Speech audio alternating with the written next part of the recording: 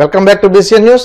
కూటమి ప్రభుత్వం ఏర్పాటైన తర్వాత విశాఖకు ఐటీ దిగ్గజ సంస్థలు వస్తున్నాయని రాష్ట్ర cooperative oil seeds growers federation chairman TDP Visakha జిల్లా అధ్యక్షులు గండి బాబ్జీ అన్నారు. విశాఖలో మీడియాతో మాట్లాడుతూ రాష్ట్రంలో జరుగుతున్న అభివృద్ధిని చూసి ఓర్వలేక వైసీపీ నాయకులు అవాకులు చవాకులు పలుకుతున్నారని, చంద్రబాబుకు చెడ్డ పేరు తేవాలనే ఉద్దేశంతో కల్తీ మద్యాన్ని తయారు చేస్తున్నారని ధ్వజమెత్తారు. రాష్ట్రంలో జరుగుతున్న అభివృద్ధి ప్రతిపక్షానికి కనబడడం లేదా అని ప్రశ్నించారు. వైసీపీ హయాంలో 3 రాజధానుల పేరుతో డ్రామా ఆడిన జగన్ విశాఖలో రుషికొండ ప్యాలెస్ తప్ప వేరే భవనం నిర్మించలేదని దుయ్యబట్టారు. రాష్ట్ర ఐటీ శాఖ మంత్రులు మా యువ నాయకుడు లోకేష్ గారు వచ్చి విశాఖపట్నంలో సిటీ సంస్థ అమెరికా వారు సుమారు 50,000 కోట్లతో ఒక డేటా సెంటర్ ఏర్పాటు చేయాలని ప్రతిపాదన చేశారు. దాని ద్వారా సుమారు ఆ సంవత్సరంలోనే దగ్గర 34,000 ఉద్యోగాలు వస్తాయని చెప్పడం జరిగింది. మనకి ఇక్కడ మేజర్ ఏంటంటే గూగుల్ వారు విశాఖపట్నంలో సుమారు 2.5 గిగాబైట్స్ అంటే అసలు ప్రపంచంలోనే ఒక నగరంలో 1.5-2 గిగాబైట్స్ కన్నా ఎక్కువ డేటా సెంటర్లు లేని నగరాలు ఉన్నాయంట. అలాంటిది మన విశాఖపట్నంలో సుమారు 4.5 గిగాబైట్స్ డేటా సెంటర్లు మొత్తం ఈ 2 సంవత్సరాల్లో ఏర్పాటు చేయడం జరుగుతుంది. అంటే సుమారు $1 ట్రిలియన్ అంటే దగ్గర 10 లక్షల కోట్లు ఎంతో ఖర్చు పెట్టే అవకాశం వచ్చింది విశాఖపట్నంలో. తద్వారా సుమారు 10 లక్షల మందికి ఈ 5 ఏళ్లలో ఉద్యోగాలు వచ్చే, అవి మళ్ళీ మామూలుగా లేబర్ ఇవ్వడానికి కాకుండా ఒక సొఫిస్టికేటెడ్ కంపెనీలో పనిచేసే ఉద్యోగులు అందరికీ కూడా ఇక్కడ అవకాశం దొరుకుతుంది. విశాఖపట్నం ఒక మరో మైలురాయి అవుతుందని చెప్పక తప్పదు. ముఖ్యంగా ఇవాళ ఇంకో విషయం మీకు చెప్పాలి. సుమారు టాటా వాళ్ళు 2 గిగాబైట్స్ డేటా సెంటర్ కూడా పెట్టడానికి సిద్ధంగా ఉన్నారు. వాళ్ళు దీంతో పాటు ఐటీ పరిశ్రమ కూడా పెడతా ఉన్నారు. దీని ద్వారా కూడా సుమారు వాళ్ళు కూడా దగ్గర 50,000 కోట్ల రూపాయలు ఖర్చు పెట్టడానికి దీనికి సిద్ధంగా ఉన్నారు. మరి ఇక్కడ ఇటువంటి అభివృద్ధి జరుగుతూ ఉంటే మరి కొందరు లేనిపోనివి ఈ మాఫియా గ్యాంగులు ఎప్పటికీ కూడా వాళ్ళ తీరు మార్చుకోకుండా ఈ రాష్ట్రాన్ని విమర్శించడం మొదలుపెట్టారు. మా నాయకులు విమర్శించడం మొదలుపెట్టారు. అది కళ్ళు తెరిచి మీరు జాగ్రత్తగా చూడమంటున్నాం. నిన్ననే మీరు చూసినట్టు జనార్దన్ రావు అనే ఒక అతను క్లియర్ గా స్టేట్మెంట్ లో చెప్పాడు. ఈ రాష్ట్రంలో బాబు గారిని, ఈ ప్రభుత్వాన్ని ప్రజల ముందు చెడ్డపేరు తేవాలనే ఉద్దేశంతో మేము దొంగ మంది తయారు చేస్తాం. అది ముఖ్యంగా చంద్రబాబు గారి ఏరియాలోనే తయారు చేస్తున్నామని ఆయన చెప్పేయడం జరిగిందంటే వాళ్ళు ఎంత ఇటువంటి అవిశ్వాసానికి ఒక దొంగ పనులకి మరి తెగించారో దీన్ని బట్టి అర్థం చేసుకోండి. ఇది ఒక పక్క అయితే ఇలా మన విశాఖపట్నాన్ని శ్రీకాకుళం నుంచి అనకాపల్లి వరకు కూడా మొన్ననే మా నాయకులు కూడా చెప్పారు. దీన్ని విశాఖ ఎకనామికల్ రీజనల్ జోన్ కింద డెవలప్ చేయాలని ఆలోచన ఉంది. ఇప్పటి నుంచే చాలా పరిశ్రమలు రాబోతా ఉన్నాయి. ఇవన్నీ వచ్చే ముందే పెద్ద నగరాలు ఏవైతే ఉన్నాయో మద్రాస్, బెంగళూరు, పూణే, హైదరాబాద్ కొంత పర్వాలేదు. అయినప్పటికీ హైదరాబాద్ కూడా ఇప్పుడు చాలా కంజెషన్ అయిపోవడానికి అవకాశాలు ఉన్నాయి. ఇలా కాకుండా ఇప్పుడే విస్తారమైన రోడ్లు వేసి విశాఖపట్నంలో చాలా కంపెనీలు వస్తున్నాయి కాబట్టి కావాల్సిన భూములు 2,000 ఎకరాల దగ్గర సేకరించమని చెప్పి అధికారులకు ఆదేశాలు ఇచ్చారు. అన్యాయంగా ఈ టీడీఆర్ లో కొట్టే పరిస్థితి ఉంటే గవర్నమెంట్ చూస్తూ ఊరుకోదు. దాని మీద ఎంక్వైరీ చేయమని చెప్తాం. ఎవరైనా మీరు ప్రెస్ వారు కాబట్టి మీరు దాని మీద ఐటమ్ డీటెయిల్ గా ఇవ్వండి. దాని మీద ఎంక్వైరీ చేస్తుంది డెఫినెట్ గవర్నమెంట్.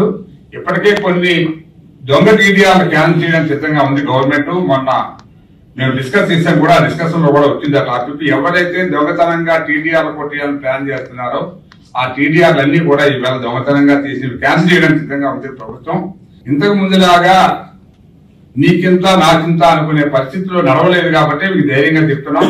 ఎక్కడ టీడీఆర్లు అన్యాయంగా తీసుకున్నా మాకు చెప్పండి, మా ప్రభుత్వానికి చెప్పండి. మేము అట్లా క్యాన్సిల్ చేసే బాధ్యత మేము తీసుకుంటాం. ప్రభుత్వానికి మేము ఇది తెలియజేస్తాం. కొంతమంది కార్యకర్తలు ఎకనామికల్ గా కూడా ఇబ్బంది పడే పరిస్థితి ఉన్నప్పటికీ వారిని కూడా ఎలా ఆదుకోవాలి, వాళ్ళకి ఏ స్కీమ్ పెడితే బాగుంటుంది అనేది ఆలోచించి ఈ P4 విధానం కూడా తీసుకొస్తున్నారు. ఎంతవరకు సక్సెస్ అవుతుందో మాకైతే ఇంకా అర్థం కాలేదు. కానీ డెఫినెట్ గా దాని ద్వారానో ఈ కార్యకర్తలను కాపాడుకోకపోతే కార్యకర్తల వల్ల నష్టం ఎలా జరుగుతుందో ఒక రాజకీయ నాయకుడిగా నాకు తెలుసు. నాకన్నా మరి ప్రభుత్వాన్ని పరిపాలిస్తున్న పెద్ద అందరికీ కూడా తెలుసని నేను అనుకుంటున్నాను. డెఫినెట్ గా మా కార్యకర్తలకు మాత్రం అన్యాయం జరగదు. ఆంధ్రప్రదేశ్ మున్సిపల్ వర్కర్స్ సమ్మె నోటీసు కడప మున్సిపల్ కమిషనర్కు అందజేశామని ఏపీ మున్సిపల్ వర్కర్స్ యూనియన్ నేతలు తెలిపారు. అనంతరం మాట్లాడుతూ రాష్ట్ర ప్రభుత్వం మున్సిపల్ కార్మికుల దీర్ఘకాలిక సమస్యలు పరిష్కారం చేయడంలో మాట తప్పడంతోనే సమ్మెకు దిగాల్సి వచ్చిందన్నారు. కార్మికులకు సంబంధించి పీఆర్సీ అమలు చేయడంలో విఫలమైందన్నారు. ఏపీ మున్సిపల్ వర్కర్స్ యూనియన్ ఆధ్వర్యంలో సమ్మె నోటీసులను అందజేస్తూ ఉన్నాం. మున్సిపల్ కార్మికుల సమస్యలపైన దీర్ఘకాలిక సమస్యలైనటువంటి వాటిపైన ఈ రాష్ట్ర ప్రభుత్వం 16 నెలలుగా ఎటువంటి చలనం లేకుండా ఉన్నటువంటి పరిస్థితి. పైపెచ్చి ఇవాళ ఇవ్వాల్సినటువంటి ప్రకటించాల్సినటువంటి పీఆర్సీకి సంబంధించినటువంటి అంశాలలో కూడా ప్రజలకు ఏ మేరకు సౌకర్యాలు పెంచాలి, లేకపోతే ఇంకా వాళ్ళకి ఇవ్వాల్సినటువంటి సంక్షేమ పథకాలు పెంచాలి. కాబట్టి మేము ఇవాళ మీకు పీఆర్సీని కానీ 30% ఐఆర్ కానీ ఇవ్వమని చెప్పేసి నారా లోకేష్ గారు మంత్రి గారు చెప్తా ఉన్నారు. దీన్ని మేము తీవ్రంగా ఖండిస్తూ ఉన్నాం. ఇవాళ ప్రజల మీద అంత సేమే ఉంటే కనుక, ప్రజల మీద అంత ప్రేమే ఉంటే కనుక మీరు ఇవాళ తీసుకుంటున్నటువంటి రాయితీలు కానీ లేకపోతే కనుక అలవెన్సులు కానీ ఇతరత్ర ఖర్చులు కానీ ఏమైనా తగ్గించుకున్నారా అని చెప్పేసి ఇవాళ అడుగుతూ ఉన్నాం. 16 నెలలుగా ప్రజాధనాన్ని అంతా దుర్వినియోగం చేస్తా, లేదా సెంట్రల్ నుంచి తెచ్చినటువంటివి లేదా బ్యాంకుల నుంచి తెచ్చినటువంటి సొమ్మునంతా కూడా తనఖా పెట్టినటువంటి బాండ్ల సొమ్ములన్నిటి కూడా ఇవాళ యథేచ్ఛగా పథకాలకు పర్యటనలకు తిరుగుతూ ఉన్నారు. ఉద్యోగులు నిరంతరము ప్రభుత్వం నిర్ణయించినటువంటి నిర్ణయాలను కిందికి అమలు చేసేటువంటి వారధులు సారథులు కూడా అటువంటి వాళ్ళకు సంబంధించినటువంటి వేతనాల పెంపుకు సంబంధించినటువంటి కానీ మధ్యంతర భృతి చెల్లింపులలో కానీ ఇంతటి తీవ్ర నిర్లక్ష్యంగా వ్యవహరించడం అనేటువంటి సరైనది కాదు. దీనికోసం కాదు ఉద్యోగులంతా మార్పు చేసింది, ప్రభుత్వానికి ఆ అధికారాన్ని అందజేసింది. కాబట్టి ఇవాళ సమ్మెలోకి వెళ్తా ఉన్నాం నవంబర్ 3వ తారీఖు నుంచి. అలాగే 2 సంవత్సరాలుగా రిటైర్డ్ అయిన కార్మికులు లేదా పారిశుద్ధ్య కావచ్చు, ఇంజనీరింగ్ కావచ్చు, చనిపోయినటువంటి కార్మికుల స్థానంలో రిక్రూట్మెంట్స్ అనేటువంటివి లేవు. 2011 నుంచి ఇవాళ 2015 వరకు అంటే దాదాపు 14 సంవత్సరాలుగా జనాభా అనేటువంటిది విపరీతంగా పెరిగిపోయినటువంటి పరిస్థితి. ప్రాంతాల అభివృద్ధి కూడా, విస్తీర్ణాలు కూడా పెరిగిపోయాయి. కానీ నూతన రిక్రూట్మెంట్స్ అనేటువంటివి లేకపోతే కనుక ఉన్న పారిశుద్ధ్య కార్మికులు ఏ మేరకు పని విభజన చేసుకొని ఇవాళ ప్రజారోగ్యాన్ని కాపాడతారని చెప్పేసి ఇవాళ ప్రశ్నిస్తూ ఉన్నాం. అయినప్పటికీ కార్మికులు తమ ప్రాణాలు ఒడ్డి ఇవాళ ప్రాణాంతకమైనటువంటి వ్యాధులను సైతం కూడా ఎదురొడ్డి నిలబడి పని చేస్తూ ఉంటే కరోనా సమయంలో కావచ్చు, విజయవాడలో మొన్న వచ్చినటువంటి ఫ్లడ్స్ కావచ్చు, ఇవాళ ముఖ్యమంత్రి గారే కాదు రేపు ప్రధాని గారు 15వ తారీఖు శ్రీశైలం వస్తుంటే రాష్ట్రంలో ఉన్నటువంటి ప్రధానంగా రాయలసీమ జిల్లాల నుంచి ఉన్నటువంటి కమిషనర్లు, మున్సిపల్ వర్కర్లను ప్రతి కార్పొరేషన్కు మున్సిపాలిటీకి 100 చొప్పున మళ్ళిస్తూ ఉన్నారు. మరి ఆయన పర్యటన కోసం 3 రోజులు ముందస్తుగానే ఇక్కడ నుంచి కార్మికులు మళ్లించేటువంటి వాళ్ళు ఇక్కడ ఇవాళ వర్షాభావ పరిస్థితులు ప్రధానంగా ఉన్నాయి రాష్ట్రంలో. అటు నెల్లూరు కావచ్చు, గుంటూరు కావచ్చు, విపరీతంగా వరదలతో వాళ్ళ అతలాకుతలం అవుతా ఉన్నారు. అనారోగ్యాల పరిస్థితి, రోగాల సీజన్ ఒకవైపు ఉంటే కార్మికులు ఎట్లా మళ్ళిస్తారు? అంటే మీకు కార్మికుల కొరత ఉంది అనేటువంటి పరిస్థితి తెలుసు. విజయవాడలో వచ్చినటువంటి ఫ్లడ్స్ కావచ్చు, గోదావరి ఫ్లడ్స్ కావచ్చు, కర్నూలు ఫ్లడ్స్ కావచ్చు, ఇవాళ మంత్రుల పర్యటనలకు కూడా తెలుసు కూడా శ్రమదోపిడీ అనేటువంటి నిరంతరం చేస్తూ ఉన్నారు. గత ప్రభుత్వంలో పోరాడి ఆనాటి ప్రభుత్వంలో జాయింట్ యాక్షన్ కమిటీగా కావచ్చు లేదా విడివిడిగా ఉద్యమాలు చేసి సమ్మెలు చేసి 9 మంది ఐఏఎస్లతో కమిటీలు వేయించుకొని వర్క్ ఆఫ్ నేచర్ బట్టి వాళ్ళకి వేతనాలు చెల్లించండి, కంప్యూటర్ ఆపరేటర్కు అతను టెక్నికల్గా ఉన్నటువంటి ఉద్యోగులకు కార్మికులకు సంబంధించినటువంటి వాటిలలో ఇంకా నాన్ పిహెచ్ పేరుతో 15,000 జీతాలు ఇస్తూ ఉన్నారు. సంక్షేమ పథకాలు ఇవ్వట్ల వాళ్ళకి ఇవ్వాల్సినటువంటి 24,000 రూపాయలు కానీ లేదా 24,500 రూపాయల వేతనాలు కానీ ఇవన్నీ కోతబడిపోయి పెరిగిన ధరలకు అనుగుణంగా జీవనం అనేటువంటి కష్టతరంగా మారింది అనేటువంటి దాంతో సమ్మెను ఒకవైపు చేపట్టి వాళ్ళ ఐఏఎస్లతో కమిటీ వేస్తే 16 నెలలుగా అసలు ఊసేయలేదు.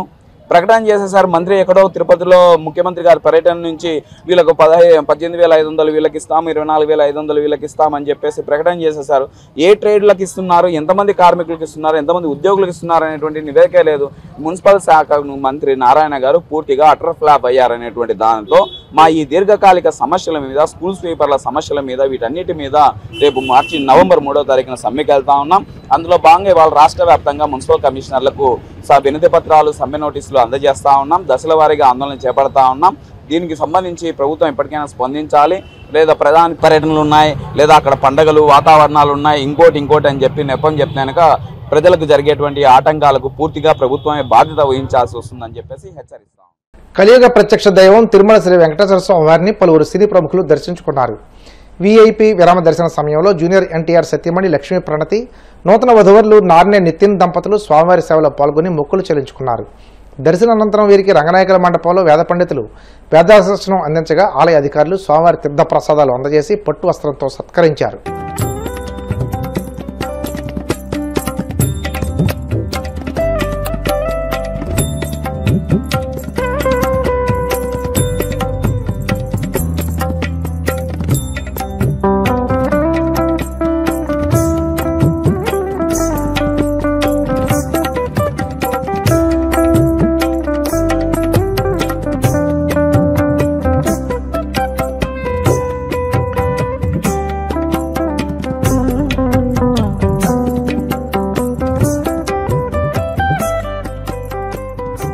వార్తలు ముగించే ముందు ముఖ్యాంశాలు మరోసారి.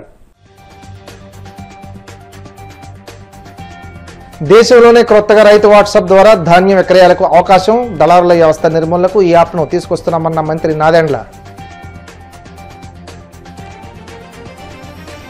కురుపాం గురుకుల పాఠశాలలో 2 విద్యార్థులు మృతి చెందిన ఘటనపై ఎన్హెచ్ఆర్సీకి వైసీపీ ప్రతినిధి బృందం ఫిర్యాదు, సిట్తో విచారణ జరిపించాలని విజ్ఞప్తి.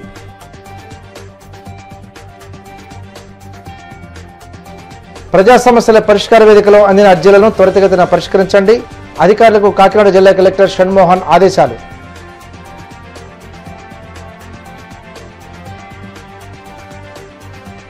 తిరుమల శ్రీవారిని దర్శించుకున్న పలువురు సినీ ప్రముఖులు, ఆలయ మర్యాదలతో స్వాగతం పలికిన అధికారులు. ఈ వార్తలు ఇంతటితో సమాప్తం. మరిన్ని వార్తల కోసం BCN digital YouTube channel, Facebook page follow అవ్వండి. అప్డేట్ వార్తల కోసం ప్లీజ్ సబ్స్క్రైబ్.